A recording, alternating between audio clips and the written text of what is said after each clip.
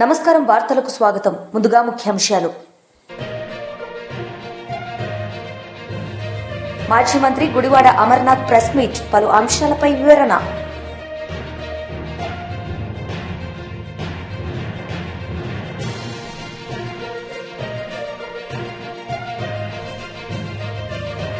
MLA Harish Rao media సమావేశం, పలు అంశాలపై వివరణ.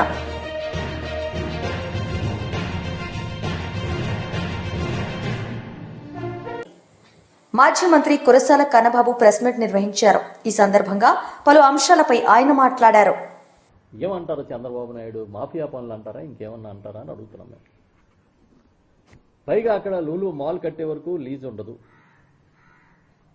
ఆ స్థలంలో 13.5 లక్షల చదరపు అడుగులు భూములు నిర్మాణాలు చేస్తే అందులో 3,30,000 అడుగుల నిర్మాణాలు అమ్మేసుకోవచ్చు అంట లూలు. ఇదే కాకుండా వాళ్ళకి అడిగిన ప్రతి అంశంలోనే మీరు మేలు చేస్తూ నిర్ణయాలు తీసుకుని జీవోలు ఇచ్చారా లేదా అని మేము అడుగుతున్నాం.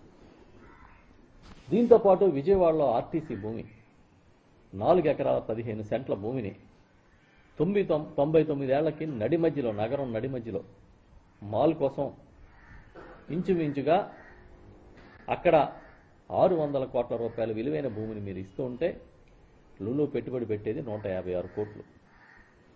దీన్ని స్కామ్ అంటారా, ఏమంటారు మేము అడుగుతున్నాం, చెప్పండి. ఎందుకు మీకు లూలు మీద ప్రేమ? ఇదే కాదు, చాలా చాలా కంపెనీలు పట్టుకొచ్చారు. వర్సా అని ఒక కంపెనీని పట్టుకొచ్చారు. ఇంచుమించు విశాఖపట్నంలో 3,000 కోట్ల విలువైన భూమిని 99 పైసలకి ఎకరం చొప్పున 60 ఎకరాలు కేటాయించడం అనే దాన్ని ఏమంటారని అడుగుతున్నాం. 10 లక్షల క్యాపిటల్తో పెట్టుబడితో 2 నెలల క్రితం ఏర్పాటైన ఒక కంపెనీకి, అమెరికాలో ఏర్పాటైన కంపెనీని తీసుకొచ్చి రాత్రికి రాత్రి 60 ఎకరాలని తీర్మానం చేసి ఎకరం 99 పైసలకి ఏ విధంగా ఇచ్చేస్తున్నారని అడుగుతున్నాం. ఇదే కాకుండా టీసీఎస్కి, టాటా కన్సల్టెన్సీ సర్వీసెస్కి 21.16 ఎకరాలు 99 పైసలకి లీజుకి మీరు ఇచ్చేస్తున్నమాట అబద్ధమా? ఈ విధంగా మీరు భూముల్ని పప్పు బెల్లాలాగా పంచుతున్నారు. 99 పైసలకి ఎకరం ఏంటని అడిగితే చంద్రబాబు నాయుడు గారి కుమారుడు మంత్రి గారు ఆయన ఏం చెప్తారంటే మొత్తమే 99 పైసలకి ఇచ్చేస్తాను అడగడం మీకెవరో అని అడుగుతున్నాడు ఆయన. మీరెవరు అడుగుతున్నారు అని అడుగుతున్నారు. మీరేమన్నా ఈ రాష్ట్రానికి ఓనర్లు అనుకుంటున్నారా? ఈ రాష్ట్రాన్ని ప్రజలు మీకు రాసిచ్చారనుకుంటున్నారా? జస్ట్ మీరు కస్టోడియన్స్ మాత్రమే. వాళ్ళది కాదు ఇది.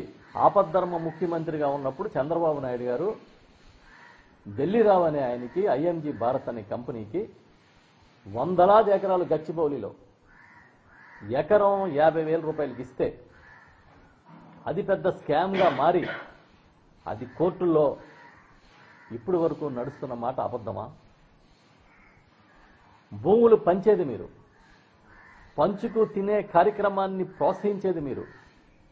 మీరు మీ చుట్టుపక్కల ఉన్న వాళ్ళు బాగుపడే విధంగా విధాన నిర్ణయాలు తీసుకునేది మీరు. మీరు భూముల్లో మాఫియాలు జరుగుతున్నాయి, స్కాములు జగన్మోహన్ రెడ్డి గారి ఆధ్వర్యంలో జరిగినాయని ఏ విధంగా చెబుతారని అడుగుతున్నా. చివరికి జిఎంఆర్ సంస్థ కూడా విశాఖపట్నం ఎయిర్పోర్ట్ రావడానికి జగన్మోహన్ రెడ్డి గారు ఏదైతే సపోర్ట్ చేశారో ఆ సంస్థ దగ్గర కూడా మీకు ఇంత ల్యాండ్ అవసరం లేదు, 500 ఎకరాలు ప్రభుత్వం వెనక్కి తీసుకుంటుందని చెప్పిన ఘనత జగన్మోహన్ రెడ్డి గారిది. మీరేం చేశారు? వచ్చి మళ్ళీ 500 ఎకరాలు కూడా వాళ్ళకే కట్టబెట్టారు. మీరొచ్చి ప్రపంచానికి నీతులు చెప్తారు. ఇంకా లోపలికి వెళ్తే నాయుడుపేట దగ్గర నుంచి ఏ మూల చూసినా సత్యసాయి జిల్లా మడకసిర దాకా భూముల పందేరం తప్ప ఇంకేం చేస్తున్నారని అడుగుతున్నా. అమరావతిలో మీరేం చేశారు? అమరావతిలో మీ భూ పంపిణీ కార్యక్రమం ఏం జరుగుతుంది? ఎవరికి తెలియని నిజాలు అనుకోవద్దు. ఇక ల్యాండ్ అయిపోయింది. ఆయన చెప్పిందే శాండ్ జోలికి వద్దాం, శాండ్ విషయానికి వద్దాం. ఈ శాండ్ అనేది మేము వస్తే ఉచిత ఇసుక ఇస్తాం అని పెద్ద ప్రచారం చేశారు. ఇవాళ ఎక్కడైనా సరే ఒక లారీ చివరికి గోదావరి పక్క ఉన్న గ్రామాల్లో కూడా 18,000 నుంచి 30,000 రూపాయలకి ఇసుక అమ్ముతున్నారు. ఈ రీచ్లందరూ ఎవరు నిర్వహిస్తున్నారు? శాండ్ రీచ్లు ఎవరు నిర్వహిస్తున్నారు? మీ పార్టీ నాయకులు, మీ పార్టీ ప్రజాప్రతినిధులు నిర్వహిస్తున్నారు. చివరికి స్టాక్ యార్డులు కూడా మీ వాళ్ళే నిర్వహిస్తున్నారు. మీరొచ్చి దేశానికి నీతులు చెప్తారు. ఇవాళ ఇసుకని అక్రమ వ్యాపారం చేసేది మీరు. ఇప్పుడే కాదు, 2019లో 19కి ముందు 14-19 ముందు అప్పుడు కూడా ఇదే విధంగా ఇసుకని మీ వాళ్ళకి అడ్డగోలుగా కట్టబెట్టి అడ్డగోలుగా ఇసుకని తినేసిన చరిత్ర ఈ తెలుగుదేశం పార్టీది కాదా అని అడుగుతున్నాం. దీంతోపాటు శాండ్ గురించి మాట్లాడుతున్నారు. మీకు గుర్తుందో లేదో, మాకు గుర్తుంది. 2014-19 మధ్య ఏర్పేడు అనే దగ్గర మీ అక్రమ ఇసుక దందాకి లారీలతో తొక్కిచ్చేస్తే సుమారు 15 మంది చనిపోయిన సంఘటన మాకు ఇంకా గుర్తుంది.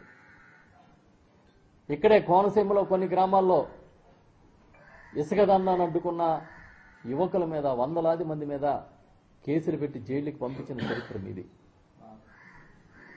ఇవన్నీ మీరు మర్చిపోయి ఇసుక గురించి, ఇసుక మాఫియా గురించి మీరు మాట్లాడతారా? మీకు కేవలం ఉన్న బలం ఏంటి అంటే మీడియా. మీ మీడియా బలం. అనకాపల్లి జిల్లా అధ్యక్షులు మాజీ మంత్రి గుడివాడ అమర్నాథ్ ప్రెస్ మీట్ నిర్వహించారు. ఈ సందర్భంగా పలు అంశాలపై ఆయన మాట్లాడారు. అంటే బ్రాండ్ ఇమేజ్తో వెళ్ళినట్టుగా కనబడలా, తెలుగుదేశం పార్టీ తాలూకా బ్రాండ్ మేళంతో వెళ్ళినట్టుగా కనబడింది. ఎందుకంటే తండ్రికి కొడుకు డప్పు కొట్టడం, కొడుక్కి తండ్రికి డప్పు కొట్టడం నిన్నంతా కూడా నిన్న జ్యూరిక్ వేదికగా తెలుగు డయాస్పోరాతో జరిగినటువంటి సమావేశంలో స్థానికంగా యూరోప్కి సంబంధించినటువంటి పెట్టుబడిదారులు, ఇన్వెస్టర్స్ సంబంధించినటువంటి సమావేశంలో వారు మాట్లాడినటువంటి మాటలు చూసాం. వారి కొడుకు మాట్లాడుతూ వారి తండ్రి గురించి, నా తండ్రి ఒక యూనిక్ పీస్ అని చెప్పాడు. ఈ పీస్ ఎక్కడ దొరకదు, ప్రపంచంలోనే నా తండ్రి ఒక యూనిక్ పీస్ అని చెప్పాడు. నిజమే, వాస్తవం మాట్లాడాడు. పిల్లనిచ్చినటువంటి మామను వెన్నుపోటు పడడంలో, 4 సార్లు అధికారం ఇచ్చినటువంటి ప్రజల్ని వెన్నుపోటు పడడంలో, 16 సంవత్సరాలు ఈ రాష్ట్రానికి ముఖ్యమంత్రిగా ఉండి ఈ రాష్ట్రానికి ఏమీ చేయకుండా ఉన్నటువంటి దాంట్లో కేవలం పొలిటికల్ మార్కెటింగ్ అండ్ మేనేజ్మెంట్లో బహుశా నీ తండ్రికి మించినటువంటి వ్యక్తి ఈ ప్రపంచంలో ఎక్కడ ఉండడం, అది ఒక యూనిక్ పీస్ అనేటువంటి విషయం చాలా కరెక్ట్గా చెప్పాడు వారి అబ్బాయి. ఈ క్రమంలో ఈ మధ్యకాలంలో మనం చాలా సందర్భాల్లో చూస్తూ ఉన్నాం. గడిచినటువంటి ఈ 2 సంవత్సరాలుగా వారి అధికారంలోకి వచ్చిన దగ్గర నుంచి జగన్మోహన్ రెడ్డి గారి హయాంలో జరిగినటువంటి కార్యక్రమాల్ని, వారి ప్రారంభించినటువంటి, వారు శంకుస్థాపన చేసినటువంటి కార్యక్రమాలకి, వారు నిర్మాణం చేపట్టినటువంటి కార్యక్రమాలకి, వారు తీసుకొచ్చినటువంటి పెట్టుబడులకి నేనే కారణం అని చెప్పుకునేటువంటి ప్రయత్నం గడిచినటువంటి 2 సంవత్సరాలుగా చంద్రబాబు నాయుడు గారు, వారి ప్రభుత్వం, వారి కొడుకు చేస్తున్నటువంటి క్రెడిట్ చోరీ కార్యక్రమాన్ని మనం చూస్తూ ఉన్నాం. సహజంగా మీ అందరికీ తెలుసు, మనం మన ప్రాంతంలో ఇల్లు నిర్మాణం చేసుకున్నప్పుడు లేదా ఏదైనా భవనం నిర్మాణం చేసుకున్నప్పుడు నరదిష్టి తగలకుండా దిష్టి బొమ్మను పెడతాం. ఎవరింటికన్నా పెడతాం సహజంగా. ఇల్లు నిర్మాణం పూర్తయిపోయిన తర్వాత దిష్టి బొమ్మ ఏమనుకుంటుందంటే, ఈ నిర్మాణానికి కారణం అంతా కూడా నా వల్లే అని చెప్పి ఆ దిష్టి బొమ్మ అనుకుంటుందట. అలాగే చంద్రబాబు నాయుడు గారు నారావారి దిష్టి బొమ్మ ఏమనుకుంటుందంటే, ఈ రాష్ట్రంలో ఏం జరిగినా నా వల్లే జరిగింది అని చెప్పి ఈ దిష్టిబొమ్మ అనుకుంటుంటుంది. శంషాబాద్ ఎయిర్పోర్ట్ నేనే కట్టాను, ఔటర్ రింగ్ రోడ్ నేనే కట్టాను, భోగాపురం ఇంటర్నేషనల్ ఎయిర్పోర్ట్ నేనే కట్టాను, విశాఖపట్నంలో హెల్త్ సిటీ నేనే కట్టాను. చైర్మన్ నీలహెప్పాలెం విజయ్ కుమార్ మీడియా సమావేశం నిర్వహించారు. ఈ సందర్భంగా పలు అంశాలపై ఆయన మాట్లాడారు. The world. So he tried to showcase the state, its rich and varied heritage, and also the human resources that are there in the state. So he was trying to explain, I have the so-called resources in my state. Why can't you come and invest in our state? అని ధైర్యంగా చెప్పగల స్థాయిని, ఆ కాన్ఫిడెన్స్ని ఆ రోజు చంద్రబాబు గారు కానీ తెచ్చుకోకుండా ఉంటే బహుశా మన రాష్ట్రం చేతులు ఇంకో రకంగా ఉండేదేమో. ఇంకా ఇప్పుడున్న దాంట్లో కనీసం పావంతు కూడా వస్తుంటుంది అంటే ప్రతి ఒక్కరూ నమ్ముతారు. ఎందుకంటే ఆ రోజు నుంచి భారతదేశానికి వచ్చిన పెట్టుబడుల యొక్క ప్రవాహం ఏంటి అంటే భారతదేశాన్ని మెటమార్ఫైజ్ అంటారు, అంటే పూర్తిగా ట్రాన్స్ఫర్మేషన్ పూర్తిగా రూపాంతరం చెందేట్టు చేసింది. సో ఆ రోజు అలా మొదలైన ఆ ప్రస్థానం ఆంధ్రప్రదేశ్ని ప్రపంచానికి పరిచయం చేయడంలో దావోస్ అనే ఒక మజిలీ చంద్రబాబు గారి సుదీర్ఘ రాజకీయ ప్రయాణంలో ఒక ప్రత్యేకత సంతరించుకున్న మజిలీ అని చెప్పవచ్చు. అందుకే దావోస్ అంటే ది ఒరిజినల్ దావోస్ మ్యాన్ అని ఎందుకు అంటున్నామంటే ఆ రోజు ఆయనతో పాటు చాలామంది ఎస్ఎం కృష్ణ ఇట్లాంటి వాళ్ళు ఉన్నారు. They all fallen wayside, some have got retired and some have just left the politics and some, but Chandrababu is the only man who is still is a long distance runner. So అలా ఒక 50 కిలోమీటర్ల marathon చేయాలంటే ఎంత patience కావాలో చంద్రబాబు అనే వ్యక్తికి అంత పేషెన్స్తో ఈ యొక్క పని చేస్తూనే ఉన్నారు.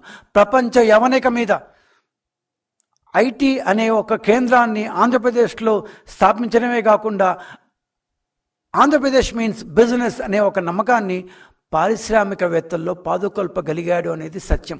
దానికి దావోస్ అనే ఒక మజిలీ ఎంతగానో ఉపయోగపడింది అనేది కూడా వాస్తవం. వ్యవసాయపరంగా ఉన్న మన రాష్ట్రాన్ని ఒక గొప్ప ఐటీ కేంద్రంగా మార్చడంలో చంద్రబాబు గారి పాత్రే కాదు, దావోస్ పాత్ర కూడా ఖచ్చితంగా ఒక గొప్ప స్థాయి సంతరించుకుందని మనం ఒప్పుకోక తప్పదు.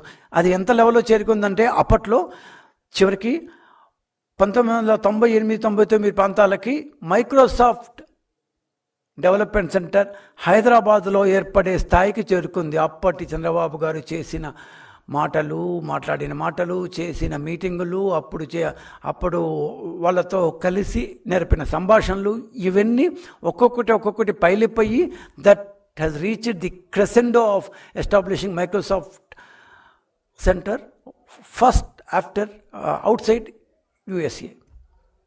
ఓకే, సో ఇప్పటిదాకా చంద్రబాబు గారు 2026 జనవరిలో ఇప్పుడు పోయేదాకా దాదాపు 14 సార్లు దావోస్కి వెళ్ళారు. సో ఇది 15వసారి. సో ఇన్నిసార్లు ఒక ముఖ్యమంత్రిగా ఆయన దావోస్ పర్యటించడం అనేది ఒక గొప్ప బహుశా నాకు తెలిసి దాన్ని ప్రపంచంలోనే రాజకీయాల్లో ఉన్న ఒక వ్యక్తి ఇన్నిసార్లు, అది కూడా ముఖ్యమంత్రిగా ఉండి తన రాష్ట్రం కోసం దావోస్ పర్యటన చేయడం అనేది ఒక రికార్డు కావచ్చు.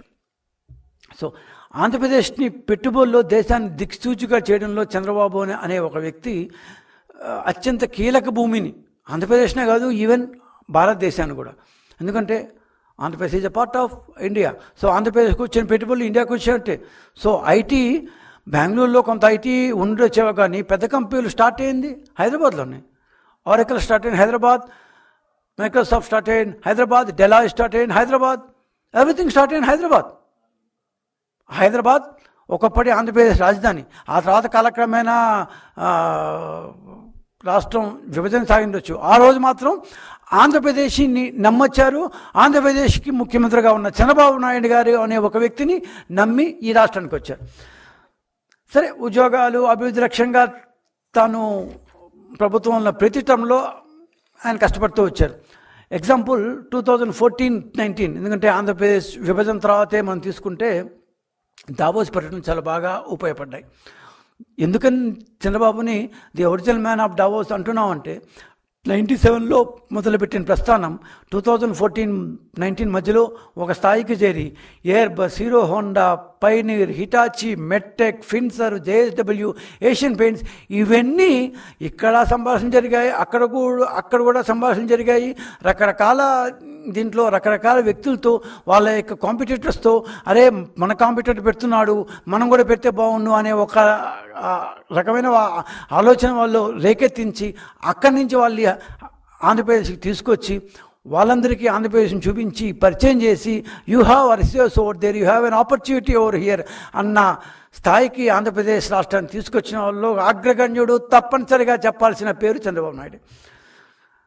విభజిత ఆంధ్రప్రదేశ్లో 2014-19 మధ్యలో 5 లక్షల కోట్ల విలువైన 39,000 పరిశ్రమలు ఆంధ్రప్రదేశ్కి వస్తే దాదాపు 5 లక్షల మందికి ఉద్యోగ అవకాశాలు వచ్చాయి. ఇదేదో మనం చెప్పింది కాదు. అప్పటి 2020లో అప్పటి పరిశ్రమల శాఖ మంత్రి, వైసీపీ పరిశ్రమల శాఖ మంత్రి మేకపాటి గౌతమ్ రెడ్డి గారు ఇన్ని ఉద్యోగాలు చంద్రబాబు తేగలిగాడు 4.5 సంవత్సరాల్లో అంటూ అసెంబ్లీ సాక్షిగా చెప్పిన ఫిగర్లనే మనం చెప్తున్నాం. హిస్టరీని తీసుకొచ్చారు. ఫ్రాంక్లిన్ టెంపుల్టన్ వచ్చిన తర్వాత వీళ్ళు పంపించేశారు.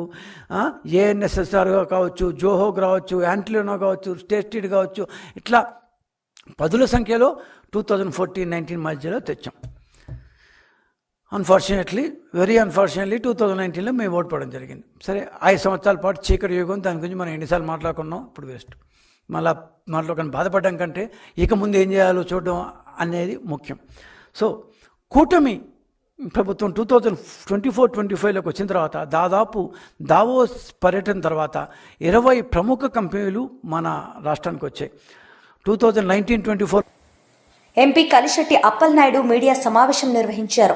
ఈ సందర్భంగా పలు అంశాలపై ఆయన మాట్లాడారు.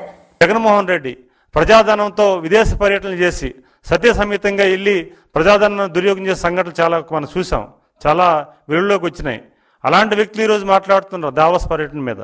ఈరోజు గౌరవ ముఖ్యమంత్రి గారు పవర్ ప్రజెంటేషన్ చేస్తుంటే ఈరోజు బ్రహ్మాండంగా వారు పారిశ్రామికవేత్తలందరూ కూడా ఆకర్షించి ఆంధ్రప్రదేశ్కి వస్తామని చెప్పేసి వాళ్ళు ఆనందం పలుకుతున్నారు. ఈరోజు ఉమ్మడి రాష్ట్రంలోనే ముఖ్యమంత్రి చేసిన అనుభవంతో ఈరోజు భారతదేశంలోనే ఒక అనుభవమైన ముఖ్యమంత్రి ఈరోజు ఆంధ్రప్రదేశ్కి రమ్మని ఆహ్వానిస్తే వాళ్ళు సంతోషంగా వస్తుంటే ఇది చూసి ఓడలేక ఇంకా బెదిరింపులు, మేము రేపు అధికారంలోకి వస్తే కేటాయించిన భూములు రద్దు చేస్తామని పారిశ్రామికవేత్తలకి. అసలు మీరు అధికారంలోకి వస్తే కల్లోకి ఊహించుతారా? మీరు ఎప్పుడైనా ఆ అవకాశం ప్రధానికి ఇస్తారా? ఇంకొకసారి అవకాశం ఇచ్చి ఈరోజు రాష్ట్ర ప్రజలందరూ కూడా మేము చాలా తప్పు చేస్తాం అనుకునే సందర్భంలో ఇంక మీకు వచ్చే అవకాశం మీకు రాదు. అయితే ఈరోజు పెట్టుబడులు పెట్టి ఆంధ్రప్రదేశ్ ప్రధానికి ఆదుకోవాలని గౌరవ ముఖ్యమంత్రికి చేసిన ప్రయత్నాన్ని ఆటంకం పరచడానికి ఈరోజు ఒక ప్రయత్నానికి మీరు ఒక అడ్డుపులు వేయడానికి చేస్తున్న ప్రయత్నం తప్ప మీరు అధికారంలో వచ్చే పరిస్థితి రాదు. అది మీరు పకడకల్లా ఉంటున్నారు. చరిత్ర అందరికీ తెలుసు. ఈరోజు తెలుగు ప్రజలందరికీ కూడా ఆంధ్రప్రదేశ్ ప్రధానికానికి జగన్మోహన్ రెడ్డి అవినీతి అక్రమాలు, విధ్వంసం అన్నీ కూడా తెలుసు. ఎవరు ఇచ్చే ఛాన్స్ లేదు. అయితే గుడివాడ అమర్నాథ్ మాత్రం ఒకటి గుర్తుపెట్టుకోవాల్సిన అవసరం ఉంది. ఈరోజు మీరు పరిశ్రమ శాఖ మంత్రి ఉండేటప్పుడు మీరు చేసిన యాక్టివిటీస్ కూడా మీరు చూసుకోండి ఒకసారి. మీ జగన్మోహన్ రెడ్డి నాయకత్వంలో ఈ రాష్ట్రానికి ఎన్ని పరిశ్రమలు తీసుకొచ్చారు, ఉత్తరాంధ్రకి ఎన్ని పరిశ్రమలు తీసుకొచ్చారు. ఈరోజు ఆంధ్రప్రదేశ్లో అట్టడుగెరిపిన ఆంధ్రప్రదేశ్ని ఈ 18 నెలల్లోనే గౌరవ ముఖ్యమంత్రి గారు, అలాగే లోకేష్ గారు, పవన్ కళ్యాణ్ గారు, బీజేపీ నాయకత్వం, ఎన్డీఏ కూటమి నాయకత్వం ఏ అభివృద్ధి చేస్తుందో ఒక పక్క ఆత్మపరిశీలన చేసుకోవాలి. మీరు ఉత్తరాంధ్ర మనిషి అని చెప్తున్నారు కదా, మీరు విశాఖ నగరంలో ఉండేటప్పుడు మీరు అభివృద్ధి కార్యక్రమాలు ఏ రకంగా మీరు చేశారు? ఉమ్మడి రాష్ట్రంలో చంద్రబాబు నాయుడు గారు ఏం చేశారు? ఉత్తరాంధ్ర సంబంధించి మీ ప్రభుత్వ హయాంలోనే ఉత్తరాంధ్ర ఎంత వెనుకబడతాయని అయింది, ఉత్తుత్త ఆంధ్రప్రదేశ్ అయింది. ఒక పక్క వ్యక్తులు తీసుకొచ్చి, భూస్వాములు తీసుకొచ్చి, పెద్దతనం తీసుకొచ్చి ఉత్తరాంధ్ర పెద్దతనాన్ని వాళ్ళకి అప్పచెప్పిన సంఘటన నీకు తెలియదా? ఈరోజు మీరు బయటకు వచ్చి మాట్లాడుతున్న తీరు చూస్తే ఆశ్చర్యం కలుగుతుంది. జగన్మోహన్ రెడ్డి కూడా తెలుసుకోవాల్సిన అవసరం ఉంది.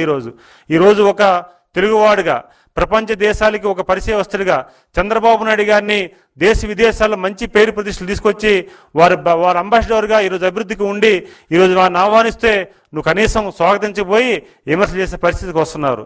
ఇదేమైనా తెలుగు ప్రజలకి అవమానం చేసినట్లుగే, రాష్ట్ర ప్రజానీకం అవమానం చేసినట్లుగే ఈరోజు రాష్ట్ర ప్రజానీకం చంద్రబాబు నాయుడు గారు ఉంటే ఈ రాష్ట్రంకి మేలు జరుగుతుంది, మా భావితరాలకు మేలు జరుగుతుందని ఈరోజు అందరూ కూడా ముందుకొచ్చి బ్రహ్మాండమైన ఆశీర్వదించి వారు ప్రజాప్రభుత్వం ఏర్పాటు చేస్తే ఆ ప్రభుత్వాన్ని ఈరోజు కొల్లగొట్టడానికి ఈరోజు విమర్శలు చేసి బెంగళూరు ప్యాలెస్లో కూర్చొని కుట్రలు చేసి ఈరోజు చుట్టం సూపుగా తాడేపల్లి ప్యాలెస్కి వచ్చి 4 ముక్కలు మాట్లాడి చెల్లే సందర్భాలు మనం చూస్తున్నాం.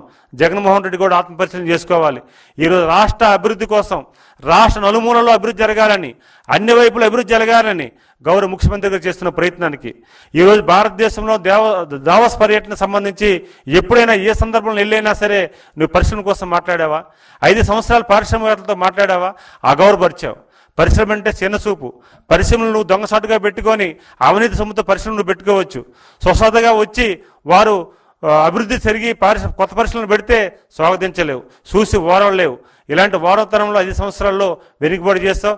పారిశ్రామిక అభివృద్ధి లేదు, నిరుద్యోగ ఉపాధి అవకాశాలు లేవు. ప్రతి ఒక్కరిని కూడా ఎన్నికలు చేస్తావు.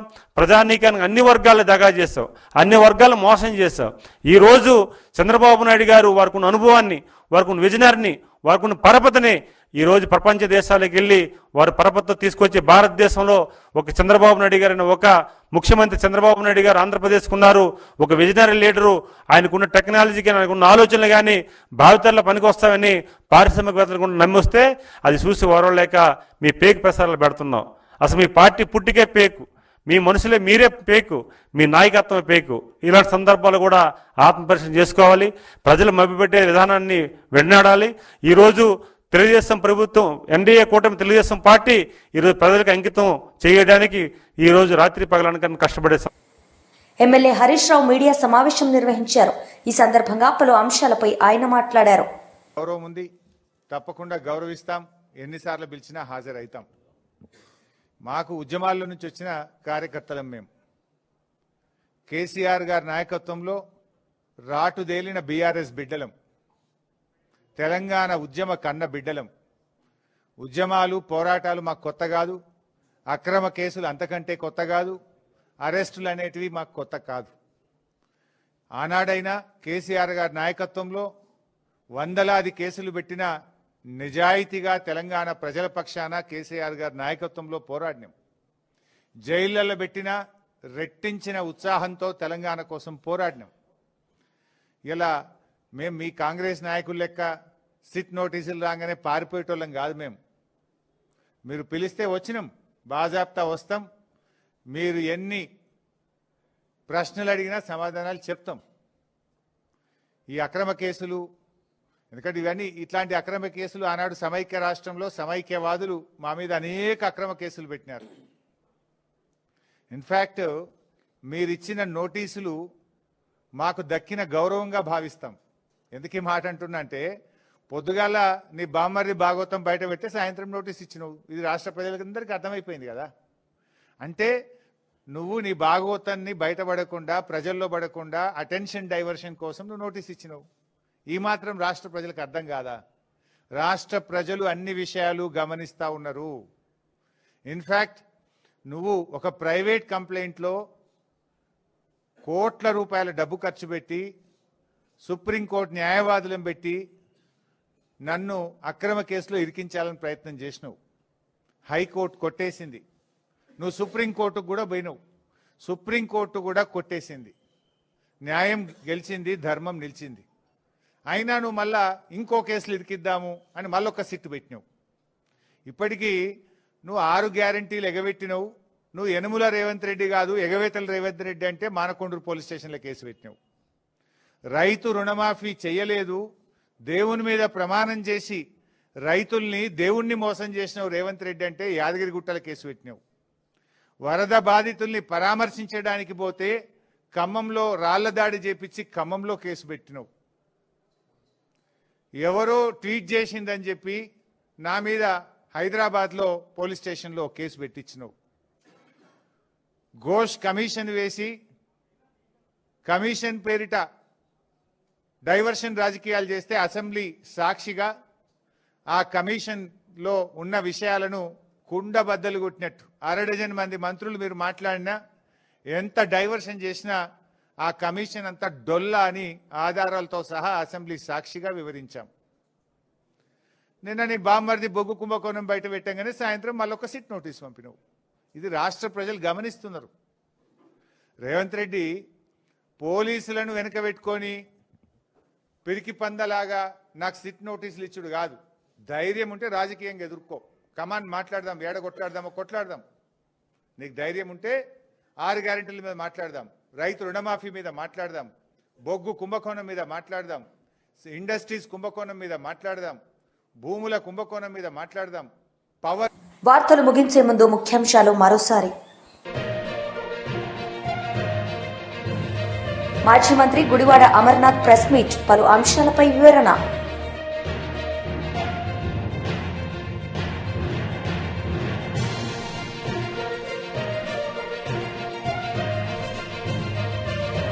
ఎమ్మెల్యే హరీష్ రావు మీడియా సమావేశం, పలు అంశాలపై వివరణ.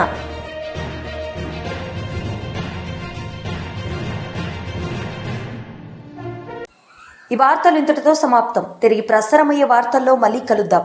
అంతవరకు సెలవు. నమస్తే.